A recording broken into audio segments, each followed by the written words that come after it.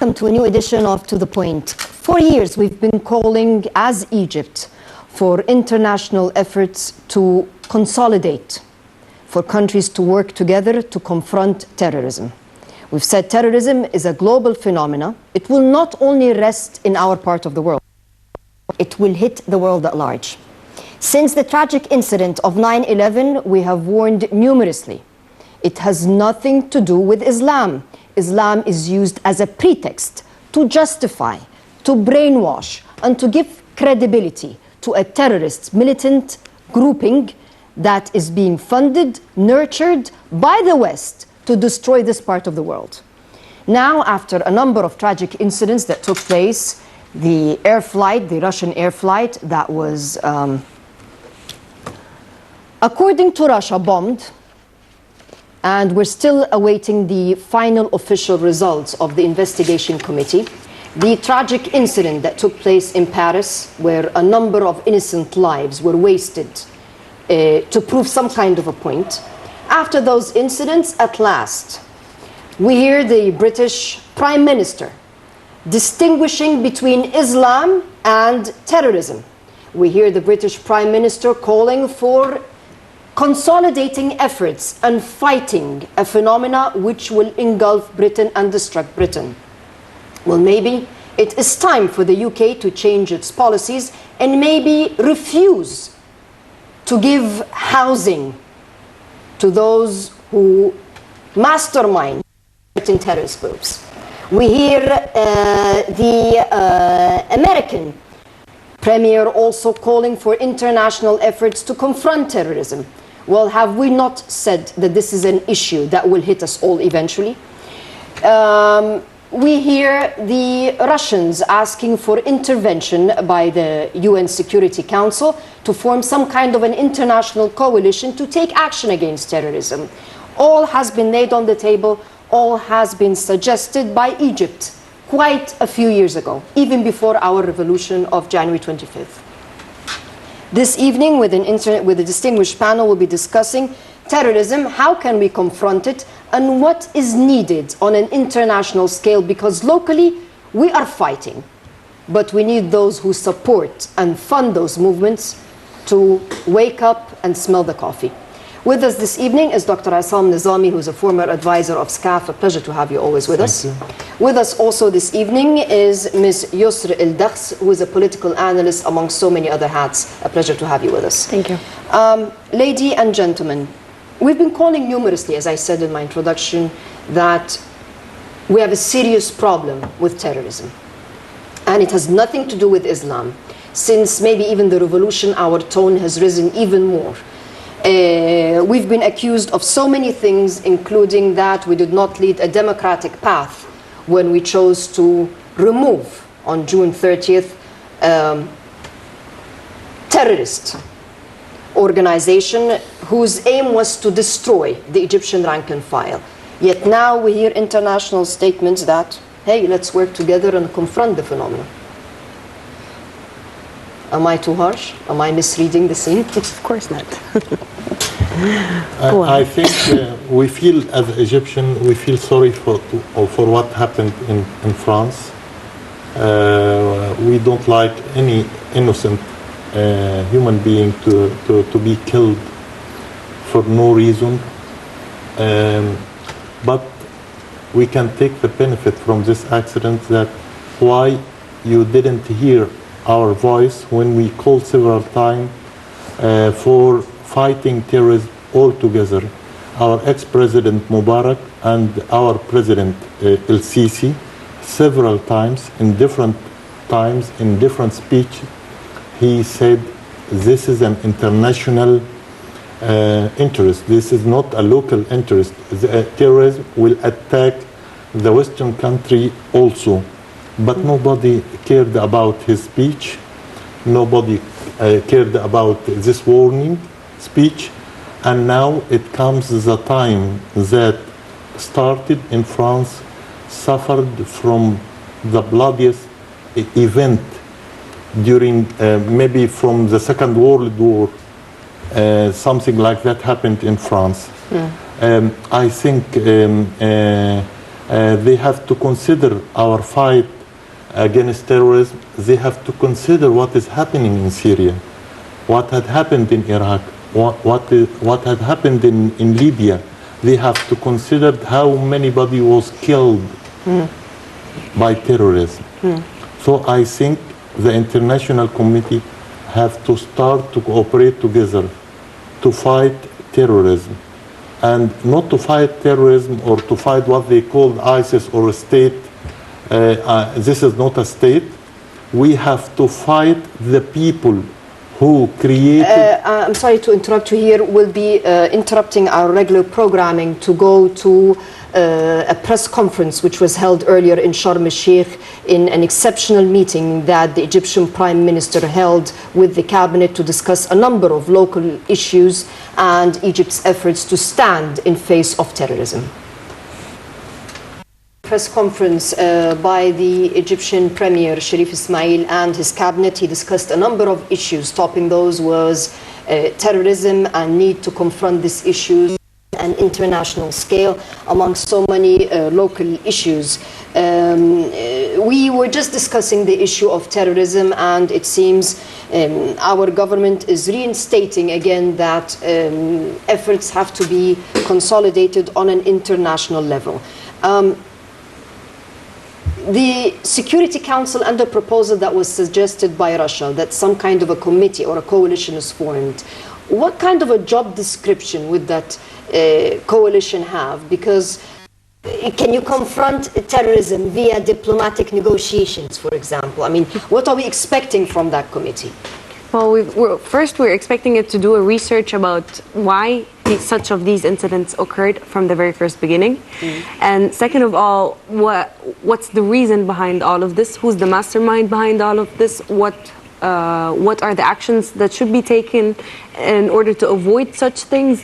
If we had multiple other countries or intelligence sources warning us before that something might happen, whether in Egypt or outside or any other country, we should actually put that into consideration, not neglect the fact, like what happened in Paris, that these things might actually happen. So we should be aware of these things and what kind of precautions we should take as a country or as a joint countries, anything, in order for us to avoid this. No problem. I think we have, first of all, we have to diagnose the situation, like in our field in medicine. We have to know who created this terroristic group, and they should be subjected or considered as criminals or war criminals who created this group. Well, we know who created them because Al-Qaeda is the mother. Yes. Under which they all surfaced, but I mean... Can you really question or can you put to justice those who created Al-Qaeda? We have to. Of course not. If we are interested or we are honest to fight terrorism, we have to consider the people, the responsibility of the countries and people who funded and created this group. This is first. Second, we have to cut off the logistic supply for this terroristic group, because I'm astonished if I see every day that there is airstrike against ISIS. Where is ISIS? Who is ISIS? I don't know. As we talk, there are strikes against Syria now, against Daesh. Is Daesh that strong, whereby after all those strikes, this is the question. We're not capable of confronting them? This is the question. It's not a state. It is not a country. This is. They are terroristic groups. They are criminal. They are psychopathic. So we have to cut off the logistic supply for this group. The money, the food, everything. We have to isolate them and capture them if we are interested to do it. But I think this is a scenario that should be completed until Syria is destroyed completely and all the people immigrated to this area. We have to fight the people who created this group, who killed people, who injured people. Millions of people are killed are refugees, are orphans. So we have to consider this first. If we are, and second, we have to look for the security of our country, for Egypt. What happened in France is a lesson for our society, because look to the speech of the president. He declared the state of emergency. And he was not accused of violating human rights. This is first, yes. And the solidarity of the society. All the French people and all the organizations are united. So How come international organizations did not attack Hollande for taking such tough measures, such as arrests, the closure of borders, declaring a This state is of the question. emergency? I mean, Because it's a huge within thing. minutes, very critical decisions were taken without. this is But on the other hand, you have so many issues that are currently happening. You have the issue of the refugees. If a country closed its borders against the refugees, you're going to have a refugee crisis. You cannot tangle it from every other aspect. However, Paris attacks, they were warned by Iraq and Turkey before anything happened twice, and they didn't take any measurements. How can we fight ISIS when we know that the West is in charge of this criminal organization? How are we going to fight huge countries with huge resources? How is the international or any international organization is going to hinder them from funding these terroristic organization? Because we don't know who funds this organizations. We just have we made researches, we just have assumptions, but we cannot tangle it, and we cannot tell them you should cut this off, you're a terrorist by that. And the thing is, the West, if we assume or claim that the West is funding Daesh or funding ISIS, then on the other hand, they could have this very simple argument and tell you on the other hand, well, Daesh or ISIS is attacking us, so how can we fund an organization that is attacking us? It's only attacking them. It's not just attacking them, but the thing is they blame it on us eventually. They created Al-Qaeda. Of course, but they And blame what it on happened you. in 9/11? Al-Qaeda attacked them. But it is a dirty game also. What happened in United States of America during this accident in September, I think it is a dirty game for a reason to invade and destroy Iraq.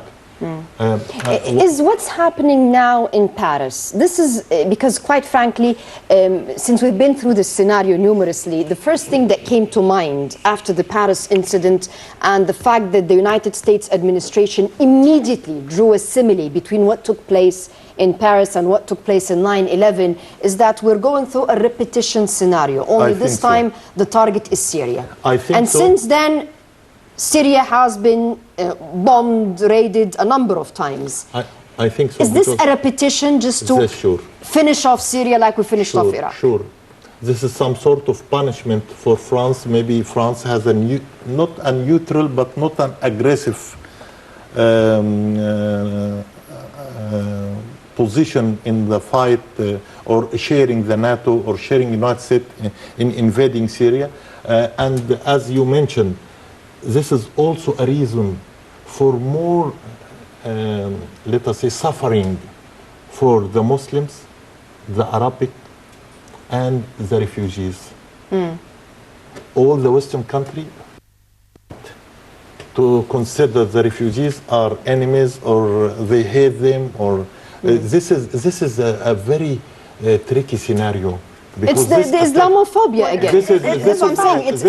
this is the reason. I will say that the man who made this let's say suicide bomb is a French. Don't consider him a Muslim or from Arabic roots or from Arabic. He is a Frenchman. So, and this is your responsibility. Daesh is a not our multinational. The main bomber of France was a radicalist and a top priority list on France that he's a radicalist and that he went to Syria in 2012, 2013 and 2014, and France didn't take any actions to prevent him or to investigate or to do anything. And you want to convince me that the Arabs or the Muslims are the ones, it's their fault, or the refugees? I'm sorry, but none of the bombers up until now is up until only one person is from Syria, but the rest are from Belgium and from France. So how are you going to blame it on the Arabs, or how are you going to blame it on the others? They always forget his nationality, and always remember that he is from Arabic origin, or he is Islamist, or whatever. So, and I will raise a question: where is the humanity when millions of people killed in Syria? 129 maybe were killed in France, and all the Western country wake up. This is a chaos. How many millions were killed in Iraq, in Libya, and Syria? Human beings were killed, and refugees. Nobody talked about their human rights. Nobody talked about them. Sorry, I'm going to shift to another issue since we're talking about international cooperation. And here I'm this coalition under the UN Security Council, because we don't want it to end up like 242 and 338 and so many other resolutions which were passed against the Israeli occupation of Palestine. But we also heard after the tragic incident of the Russian air flight in Egypt that Britain and the United States came out with statements immediately saying the plane was bombed, that there was a bomb planted on the plane, and that they knew that something was going to happen. Why is it that we're withholding intelligence information that is life-threatening? And it ended up killing over 200 people. I mean, why is it that once something happens, everybody, well, I knew that this was, our intelligence informed us. Well, why is it that their intelligence did not inform our intelligence that... Unless they really want this to happen to us.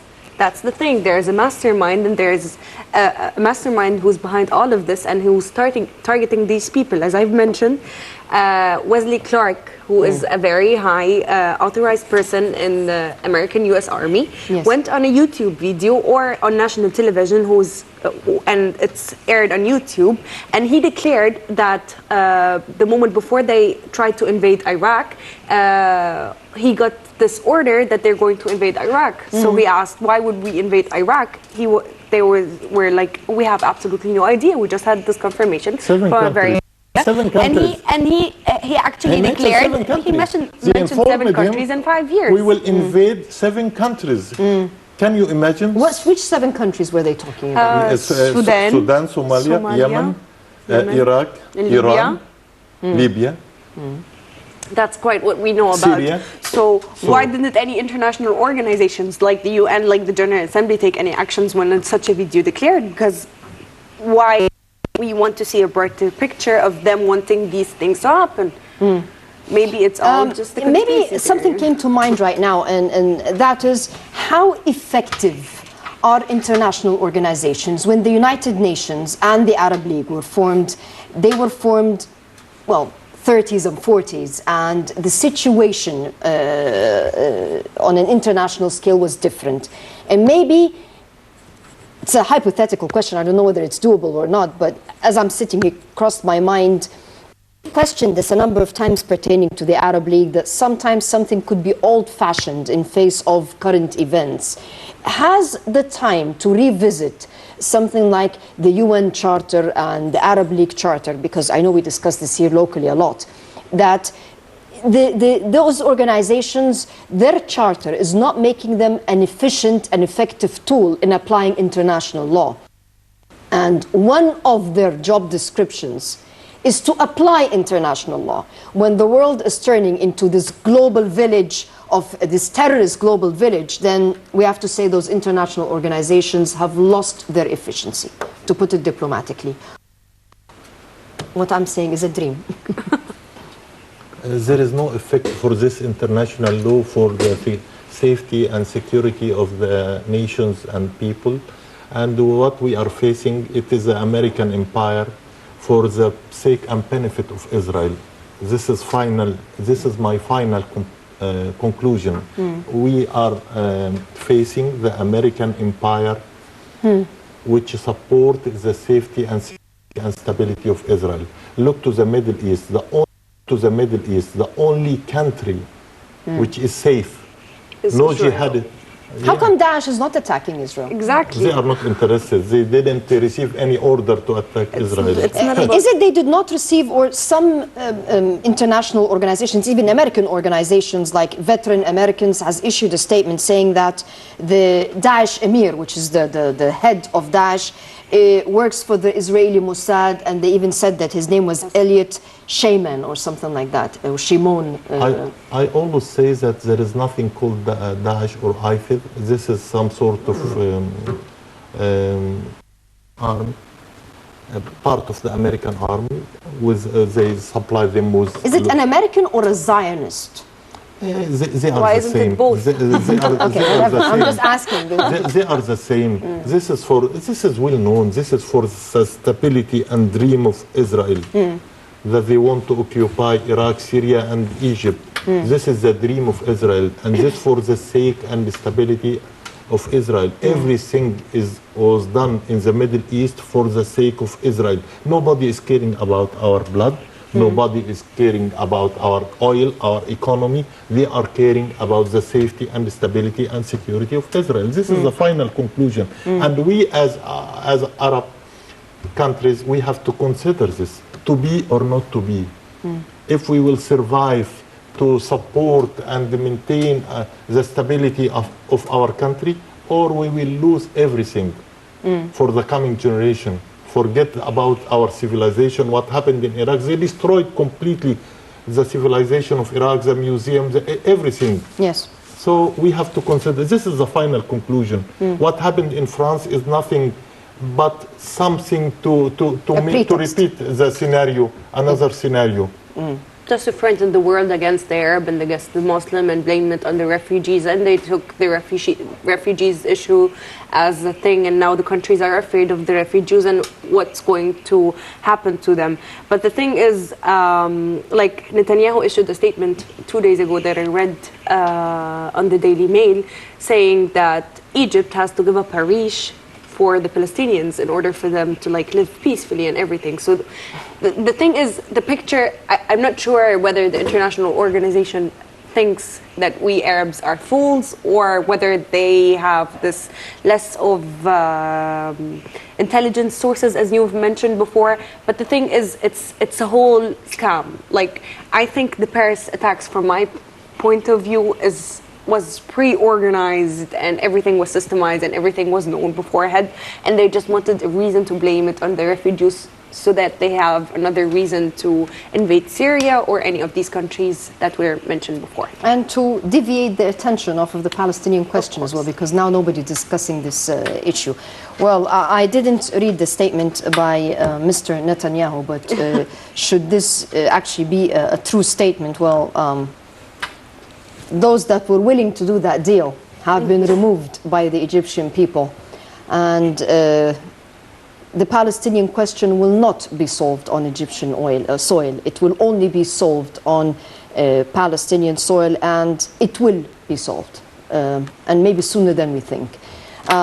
Ladies and gentlemen, thank you very much for your fruitful input. Thank you. And terrorism has no borders. And those who create, who nurture, well, one day you will be put to question by your own taxpayer, because regardless of how you keep them in the dark, people eventually see things in the true light. And on that note, I wish you a very pleasant evening. We'll see you same time next week. Until then, good night.